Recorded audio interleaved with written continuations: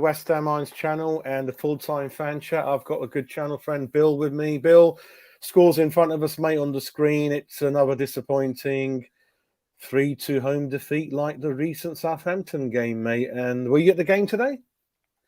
Yeah, it was, mate. Yeah, no, it was a good game, and obviously a disappointing result. But I can't really complain about the actual result. I thought Leeds were fantastic and deserved to win, especially in that first half. And unfortunately, West Ham just won at the races today, were they, mate?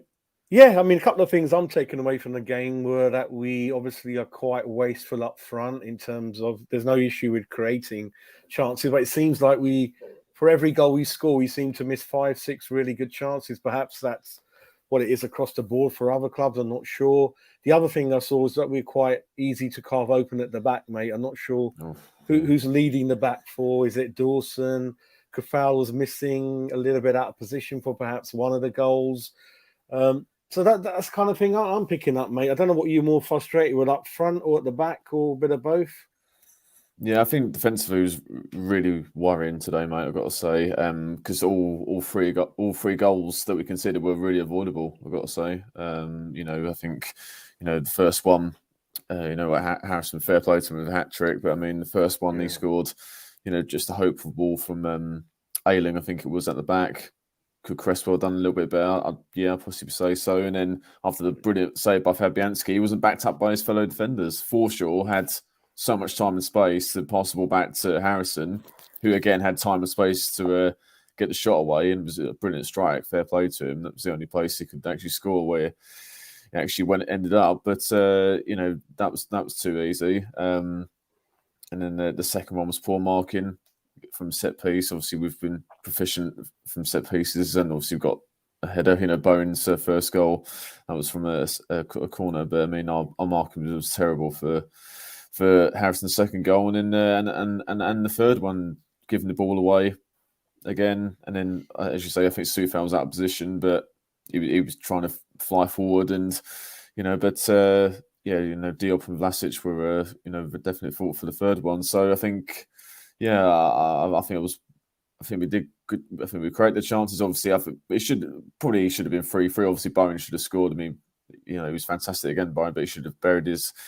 Well, I was going to say header, but he should have headed it. If he did head it, it would have been a goal. But I think for me, the defensive deficiencies was a real worry, and I think obviously Kurt Zuma's back in training now, and I think as soon as he's back, definitely the better, my friend. Yeah, I mean, like you said, it could have been worse, mate. They had one goal chalked off for offside. If you remember the free kick from Rafina, hit the post. Yeah. It could have been 5. We had one chalked off. What did you feel about the Bowen chance at the end, mate? Yeah, he should have buried it. Yeah, I think quick free kick, and Antonio did brilliantly to peel off and find the space. Great cross to deflection, but it was good thinking by him. And we had plenty.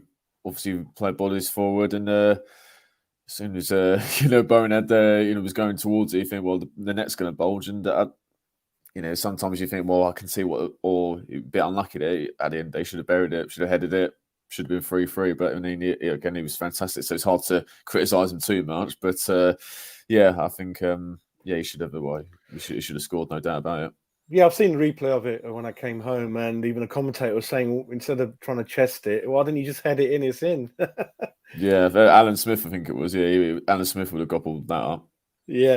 I'm asking everyone 3 quick questions after this. The first one, your man of the match, mate. Man of the match. I thought Denton Rice was fantastic today, so I'll probably go him, I'd say. And then I'm asking the next one, you're going to laugh. Worst man of the match.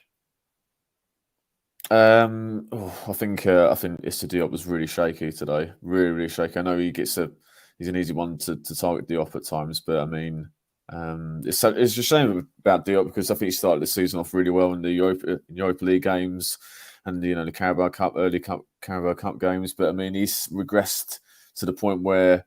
Henry was at the end of Pellegrini's reign at the start of Moyes' second spell, where he was just an absolute liability, and that's, you have to say his performances recently have cost us goals. So, unfortunately, for Diop was our worst player.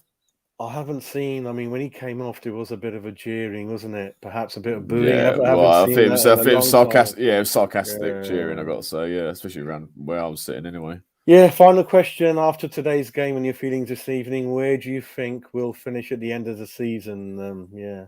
At the moment, what? Yeah. Yeah, I think, but whenever we have a disappointing result like this, we do seem to bounce back. I mean, the Southampton one was disappointing, and we bounced back.